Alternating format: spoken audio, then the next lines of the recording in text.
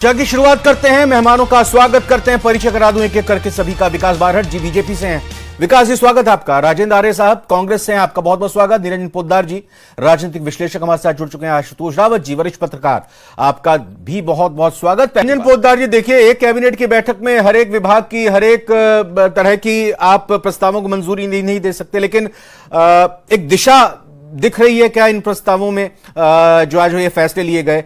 और जो कांग्रेस कह रही है जिन मुद्दों को नहीं छुआ गया, क्या उनको छूना जरूरी था, या सरकार कब तक इस पर जवाब देगी?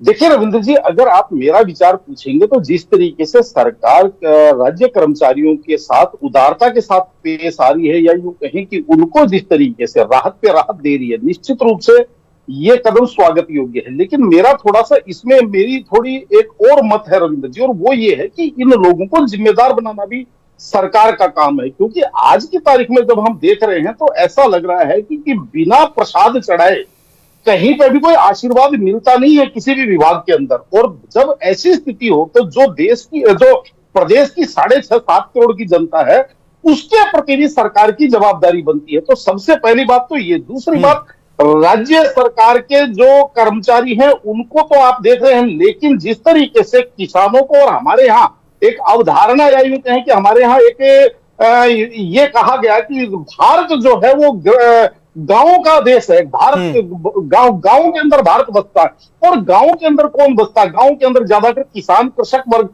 बसता है। तो जिस तरीके से पैक्स लैंप के कर्मचारी पिछले कई वर्षों से समझ लीजिए निराश्रित है, तो सरकार को उनकी तरफ से जो सहकारी समितियां हैं वो कहीं ना कहीं उसकी जो अवधारणा थी, उसका जो हमारे यहाँ एक व्यवस्था की गई, वो खाली इसलिए की गई कि अंतिम छोर पर बैठा हुआ किसान, अंतिम पायदान पर बैठा हुआ किसान भी उससे लाभान्वित हो। जब उनके कर्मचारियों की तनख्वाहें 10,000 से नीचे होंगी, 6 साल, 1.5 साल, 2 साल से उनको पैक्स लैंप्स के कर्मचारियों को अगर तनख्वाहें नहीं मिलेगी, सहकारी समितियों को, तो आपको उधर भी थोड़ा देखना चाहिए। केवल ऐसा नहीं हो कि अंधा बांटे रेवड़ी घूम घूम खुद को ही दे। रविंद्र जी, आपको यह चीज भी समझना चाहिए।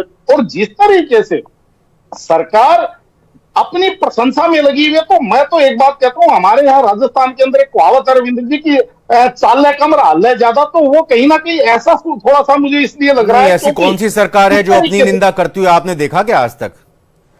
नहीं रविंद्र जी, निंदा की बात थी। जिस तरीके से जो अभी बात हो रही थी कानून व्यवस्था की, निश्चित रूप से देखिए आज जनता ने कांग्रेस की कानून व्यवस्था से, बुरी कानून व्यवस्था से आज ही जाकर के भारतीय जनता पार्टी के हाथ में सत्ता दे दी। लेकिन आज भी स्थितियां जस की तस है, और जिस तरीके से वहां के बदमाशों के हौसले बुलंद हो रहे हैं, और सरकार कहीं ना कहीं लिपापोती में लगती है रविंद्र जी, बड़ी वेदना होती है। क्योंकि आप तो ये कह करके आए थे कि हम जो है जीरो टॉलरेंस की नीति पर काम करेंगे, तो सारी चीजें हैं। बिल्कुल, मतलब कहने से नहीं फर्क पड़ना चाहिए, होता हुआ दिखाई देना चाहिए।